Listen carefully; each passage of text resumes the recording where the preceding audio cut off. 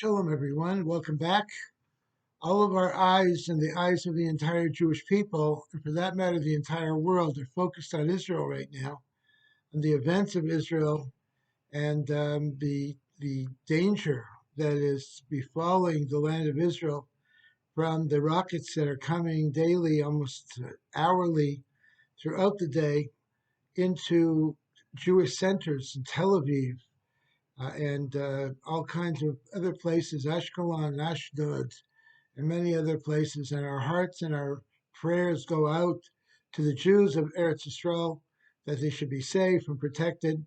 And at the same time, our idea of soldiers who are now entering Gaza should be safe and protected, and they should be successful in their mission to wipe out the centers of terror that are causing this and removing all of the problems there forever so that it should not happen again. So all of our prayers go out to them and to all the inhabitants of Israel at this difficult time. And it's an interesting time. It's before Shabbat, and many of our soldiers will be spending Shabbat in Gaza, I'm sure, or on airplanes bombing the centers of where the rockets are coming from. And Sunday night is the holiday of Shavuot. What is the connection of Shavuot to what's happening in Gaza right now and what's happening in Israel? So Shavuot is, of course, the holiday that we commemorate the receiving of the Torah at Mount Sinai. But it's more than that. We don't just commemorate it, we don't just remember it, but we actually relive it. Every single Jew relives the receiving of the Torah. We all receive the Torah. As the Rabbi used to point out, we should have a Kabbalah Torah b'pnimius, that it should permeate our very inwardness, our souls in receiving of the Torah. And each Jew should receive the Torah anew and brand new. And what does the Torah say?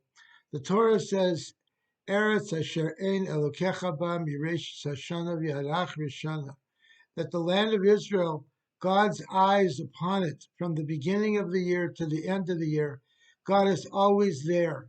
And the Torah teaches us that Eretz Yisrael is for Am Yisrael. It belongs to the Jewish people. And at the same time, God protects Eretz Yisrael, as God promised Abraham and Yitzchak and Yaakov that they would come to the land and they would inherit the land and they would take care of it. And indeed, the promises have come true. We see how Israel is blooming, how Israel is prospering to this day, even though we've gone through so many difficulties over the years, over the centuries. But nevertheless, we have come to the point that Israel is stronger and greater and more populous than ever in its history. And more Jews live in Israel today than ever in human history. So there's something very special going on, something very unique going on. On the other hand, we are very troubled by all the problems and the tragedies that have been happening in the land of Israel the last few weeks, from the tragedy of Meron, where the 45 holy people passed away or died on Lag BaOmer, to the present day when we are seeing all of the rockets flying. Something is going on, something is happening. And the people of Israel need to wake up and realize that something very incredible is happening to them. Perhaps we are right now in the pangs of Mashiach, but Mashiach is almost here. We have never had such difficulties in Israel like they are having today. It's an incredible thing. Even in wartime, the battles are far away, but now the battles are right there in their own backyard. So something unique is happening. Something is going on that is making God to wake up, so to speak, and to act and to do something. And I think we're going to see some remarkable miracles happening on a daily basis. We all need to pray for Israel. We need to pray for the inhabitants of Israel and pray for the soldiers of Israel, so that they should be successful and they should come home for Shabbat and be home for Shavuot and to celebrate Shavuot and eat cheese blintzes with their family and hear the Ten Commandments being read in the synagogues as we are today.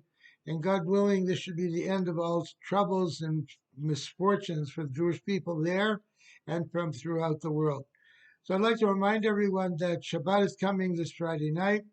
And again, we're having, I think, candlelighting is probably around 7:20 or so. Check your local calendar. Sunday night is Shavuot, the holiday of the giving of the Torah. we at Chabad of University City will be having a beautiful festive dairy meal on Sunday night, starting at 8:30. You do need to make a reservation for it, however, and it's only $10 a person. Can't beat that. Followed by several classes that we will be offering in the early parts of the evening. I will be giving a class. Rabbi Yadel Rees will be giving a class as well. We encourage you to come and join us for those classes, even if you're not coming for the meal. But I hope you're coming for the meal as well. And then on Monday, everyone should hear the Ten Commandments being read in the synagogue. We'll be having several readings throughout the day. Contact our website. We'll be able to tell you about that. And we'll be having our ice cream kiddush following services on Monday morning, which everyone is invited to. Bring the children, and it should be a wonderful event. A very big announcement, according to the CDC, they finally announced that if you are fully vaccinated, you no longer need to wear a mask, both indoors and outdoors, and I think social distancing also is no longer required if you are fully vaccinated.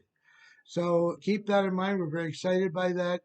Very soon, we're going to be having kiddushes after davening. We're going to have services inside the synagogue starting in a few weeks on Shabbat, and there'll be more events to follow. We're sending out an email to everyone today, and you should receive it. And it has more information about these exciting events. We're finally coming out of this pandemic. So I want to wish you all a good Shabbos and a good Yontiv, and may we all merit to receive the Torah, the Pnimius, together with the Rebbe, together with Mashiach at Mount Sinai. Shalom, shalom.